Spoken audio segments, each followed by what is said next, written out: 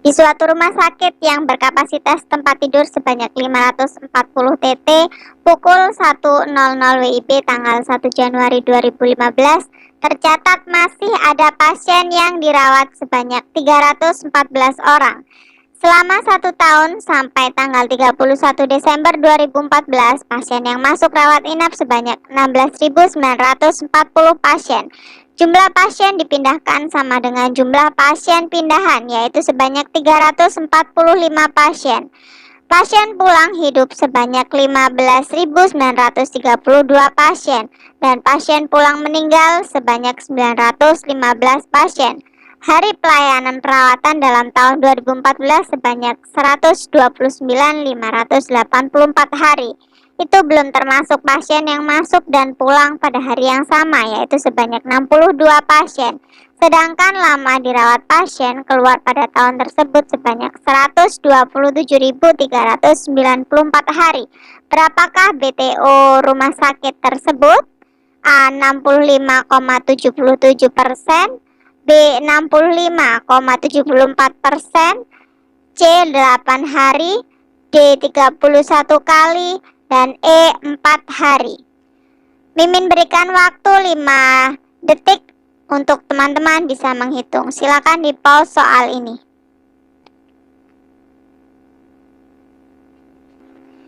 Oke, sudah dapat jawabannya teman-teman? Kita bahas dulu ya teman-teman. Pada soal ini kompleks diketahui tentang jumlah TT, hari perawatan, lama dirawat, jumlah pasien keluar hidup, jumlah pasien keluar mati. Tapi kita harus fokus dulu pada pertanyaan yang dimaksud pada soal. Apa sih yang diminta? Yang diminta adalah BTO. Nah, kuncinya di sini teman-teman harus mengetahui dan hafal rumus dari BTO. Rumus dari BTO adalah jumlah pasien keluar hidup maupun mati dibagi dengan jumlah TT. Nah, kita lihat dulu untuk mempersingkat waktu. BTO ini satuannya apa sih? BTO adalah frekuensi penggunaan tempat tidur dalam satuan waktu tertentu. Berapa kali tempat tidur itu digunakan? Kali ya satuannya, berapa kali. Nah, kita harus lihat nih, kebetulan kalau soalnya seperti ini ada pilihan jawaban persentase hari kali hari. Ini kita lebih mudah untuk bisa tanpa menghitung begitu ya. Tapi kalau satuannya sama semua, mau tidak mau kita harus menghitung. Nah, karena di sini mulai dari pilihan A sampai dengan E, yang satuannya kali adalah pilihan yang D, maka sudah terlihat jawaban yang benar adalah D. Mari kita buktikan. Kita lihat pada soal berapa sih jumlah pasien KRS hidup plus matinya. Kita tidak perlu menghitung semuanya. Jadi kita langsung fokus, kita cari berapa jumlah pasien keluar hidup. Jadi jumlah pasien keluar hidup di sini diketahui 15.000 sekian. Kita masukkan. Ditambah dengan apakah ada pasien mati? Ada 915. Oke. Kita masukkan, dibagi dengan berapa jumlah TT-nya? 540. Dan kita jumlah totalnya adalah 31 kali. Jadi yang jawaban yang benar adalah yang D ya teman-teman. Kita ke soal selanjutnya. Berkas rekam medis yang telah digunakan baik di pelayanan rawat jalan, rawat inap, dan UGD akan disimpan di dalam lemari penyimpanan yang telah disediakan. Salah satu cara penjajaran dokumen rekam medis adalah dengan terminal digit filing.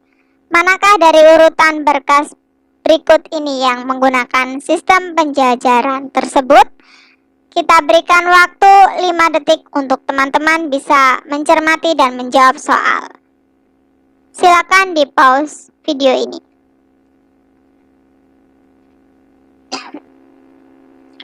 Oke, dan jawabannya adalah yang betul, yang A.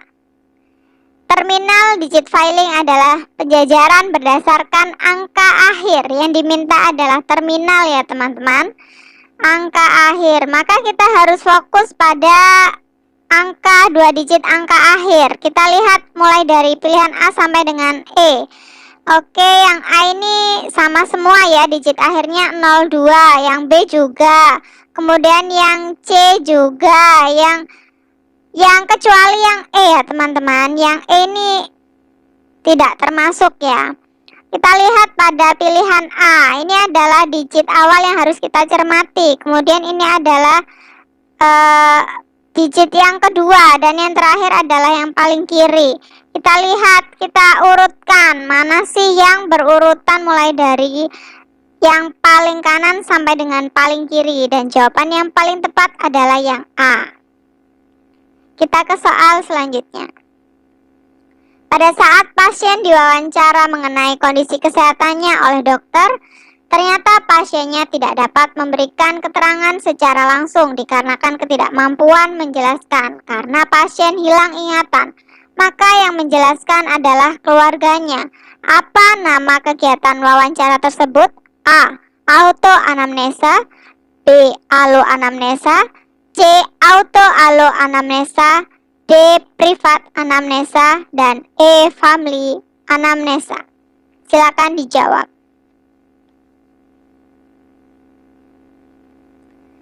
Ya, sudah dapat jawabannya teman-teman? Jawabannya adalah alo anamnesa. Dalam penggalian informasi terkait dengan kondisi medis pasien, dokter atau tenaga kesehatan lain akan melakukan anamnesa. Nah, anamnesa ini bisa dikelompokkan menjadi dua, yaitu auto dan alo. Perlu diketahui teman-teman semua, auto ini adalah bersumber dari pasien itu sendiri, dan alo bersumber dari selain pasien, bisa keluarga, bisa pengantar yang mengetahui kondisi dari pasien. Jadi jawaban untuk pertanyaan ini adalah alo anamnesa. Kita ke soal berikutnya. Suatu rumah sakit memiliki 40 TT di bangsal flamboyan, 50 TT di ruang pemulihan, 15 TT di ruang tindakan, 10 TT di ruang operasi, 5 TT di gudang, 10 TT di bengkel, dan 20 TT di ruang gawat darurat. Berapakah TT yang tersedia di rumah sakit tersebut? A. 150, B. 75, C. 40, D. 20, dan E. 15. Silakan di pause dan dijawab video ini. Oke, sudah dapat jawabannya? Dikip dulu ya teman-teman, kita akan bahas soal ini. Yang ditanyakan adalah TT yang tersedia. Jadi TT yang ada di rumah sakit itu adalah tempat tidur yang digunakan untuk perawatan pasien rawat inap. Jadi yang dihitung adalah yang untuk rawat inap, bukan yang selain rawat inap ya teman-teman. Kita lihat dulu pada soal ini diketahui 40 TT di bangsal flamboyan. Oke, di bangsal ini untuk ini ya teman-teman, rawat inap ya. 50 TT kemudian di ruang pemulihan.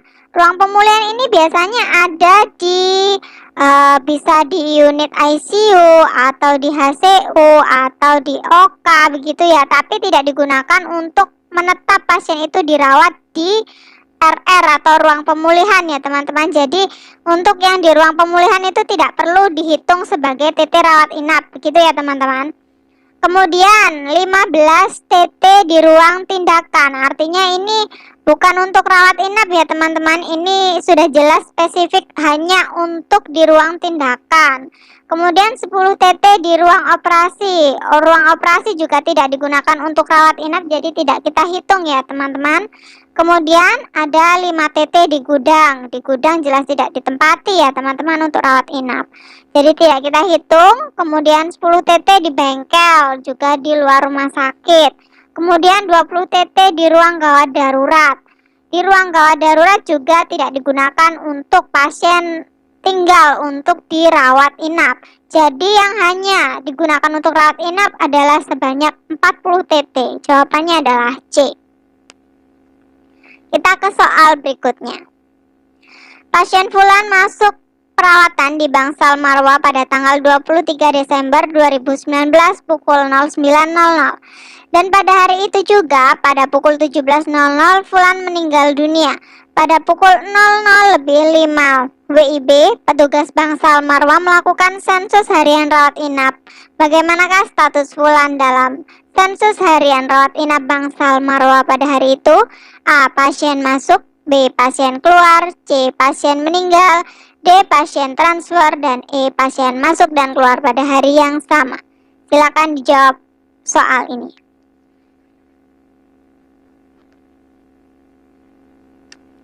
Oke, kita bahas dulu ya teman-teman. Fulan masuk pada tanggal 23 Desember jam 9 pagi.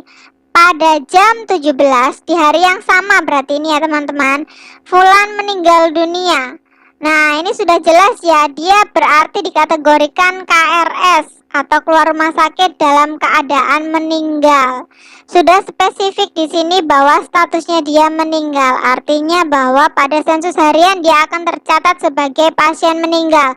Tinggal nanti dikategorikan dia meninggal apakah dalam waktu lebih dari 48 jam ataukah kurang dari 48 jam. Begitu. Jadi jawaban yang benar adalah yang C. Kita ke soal selanjutnya. Data statistik rumah sakit dalam triwulan 3 tahun 2019 adalah sebagai berikut. Jumlah pasien meninggal setelah dirawat lebih dari 48 jam sebanyak 8 pasien. Dan pasien keluar hidup 1.112 pasien. Apakah informasi yang dapat dihasilkan dari data tersebut? A. Net death rate, B. Gross death rate, C. Post operative death rate, D. Anesthesia death rate, dan E. Maternal death rate. Silakan di pause video ini dan silakan teman-teman bisa menjawab.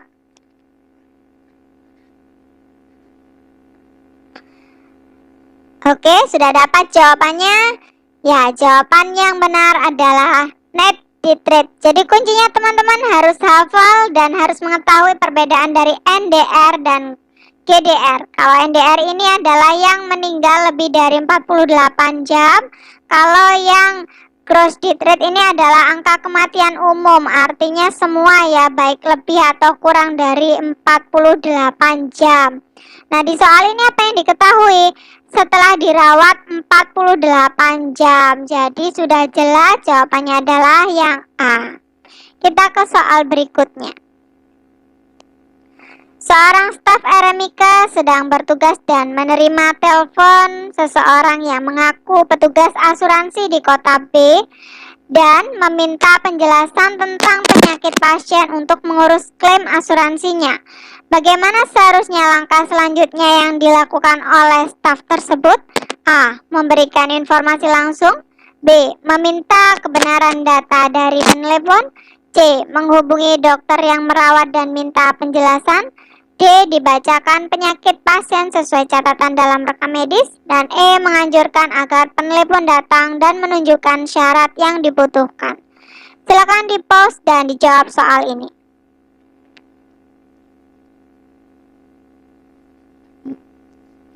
Oke, kita bahas dulu ya teman-teman. Jadi di soal diketahui ada petugas asuransi meminta penjelasan tentang penyakit pasien. Jadi bukan pasien itu sendiri ya yang meminta untuk mengurus klaim asuransinya. Nah, kita sebagai PMIK bagaimana untuk menanggapi keadaan yang seperti ini? Seperti yang sudah kita tahu dalam pelepasan informasi, apa sih syarat utamanya? Syarat utama dalam pelepasan informasi terkait dengan penyakit pasien adalah dengan persetujuan dari pasien itu sendiri atau yang berwenang apabila pasien kurang berkompeten untuk memberikan persetujuan. Nah, kita lihat di soal apakah ada persetujuan tertulis dari pasien. Ternyata tidak ada. Petugas asuransinya hanya lewat telepon ya memintanya. Kita lihat pada pilihan A sampai dengan E. Memberikan informasi langsung tidak mungkin karena kita harus memerlukan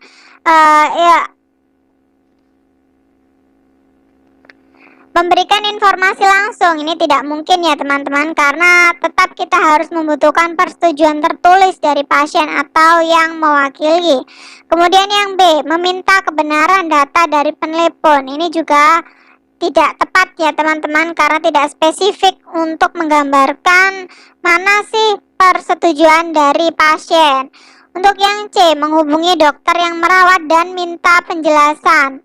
Apakah ia langsung diberikan begitu saja oleh dokter yang merawat tanpa adanya surat kuasa? Tidak ya teman-teman. Untuk yang D, dibacakan penyakitnya. Apalagi yang ini langsung kita memberikan informasi pelepasan. Tidak mungkin tanpa ada persetujuan dari pasien. Untuk yang E, menganjurkan agar penelepon datang dan menunjukkan syarat yang dibutuhkan. Nah, ini rupanya jawaban yang paling tepat, karena si petugas asuransi harus datang secara langsung menunjukkan syarat yang dibutuhkan seperti surat kuasa dari pasien untuk melepaskan informasi terkait dengan informasi kesehatannya. Begitu ya teman-teman. Oke, kita ke soal yang selanjutnya. Pasien Fulan masuk perawatan di Bangsal Marwah pada tanggal 23 Desember 2019 pukul 09.00. Dan pada hari itu juga pada pukul 17.00 Fulan meninggal dunia. Berapakah hari perawatan Fulan? A1, B2, C3, D4, dan E5. Silakan dicermati soal dan silakan dijawab.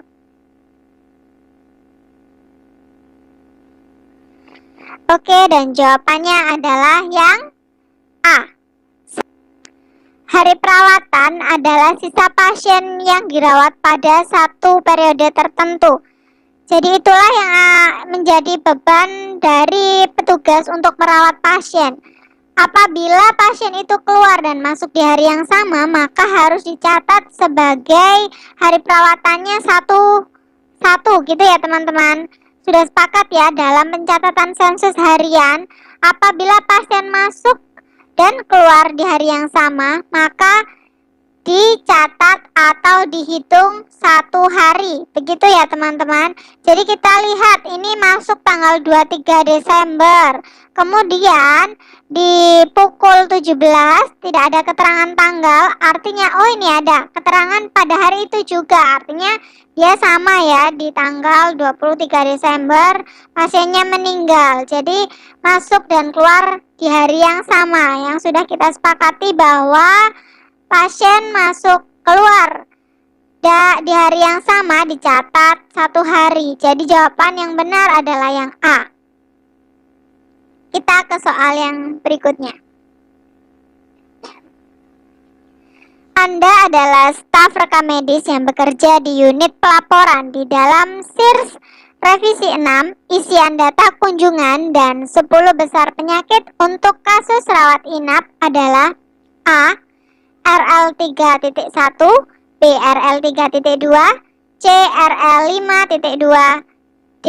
RL 5.3, dan E. RL 5.4. Silakan dijawab pertanyaan ini. Oke, dan jawabannya adalah yang D. RL 5.3. Jadi RL 5 ini adalah laporan pada SIRS yang dilaporkan rutin bulanan.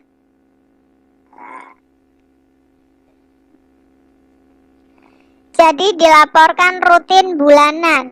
Di dalamnya ada RL 5.1 sampai dengan 5.4. Nah, di RL 5.1 ini adalah data kunjungan rawat jalan. Kemudian di RL 2 5.2 maksudnya itu berisi untuk yang rawat inap. Kemudian yang di RL 5.3 adalah 10 besar penyakit khusus untuk penyakit rawat inap. Untuk yang 5.4 itu adalah 10 besar penyakit rawat jalan. Jadi harus dihafal ya teman-teman, mulai dari RL 1 sampai dengan RL 5.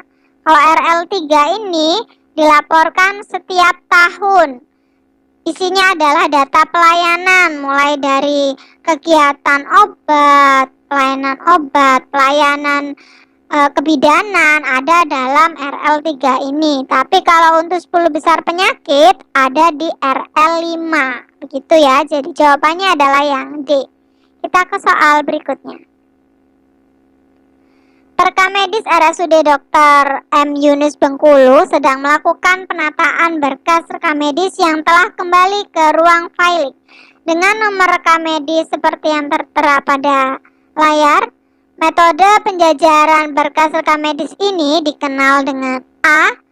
Nomor rekam medis, B. Numerik, C. Straight numerical filing, D. Terminal digit filing, dan E.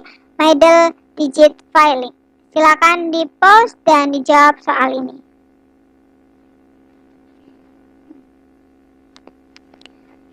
Oke, sudah dapat jawabannya, kita keep dulu. Kita lihat pada soal ini mana sih yang menjadi kunci. Kita lihat apakah terminal bukan ya teman-teman, karena tidak sama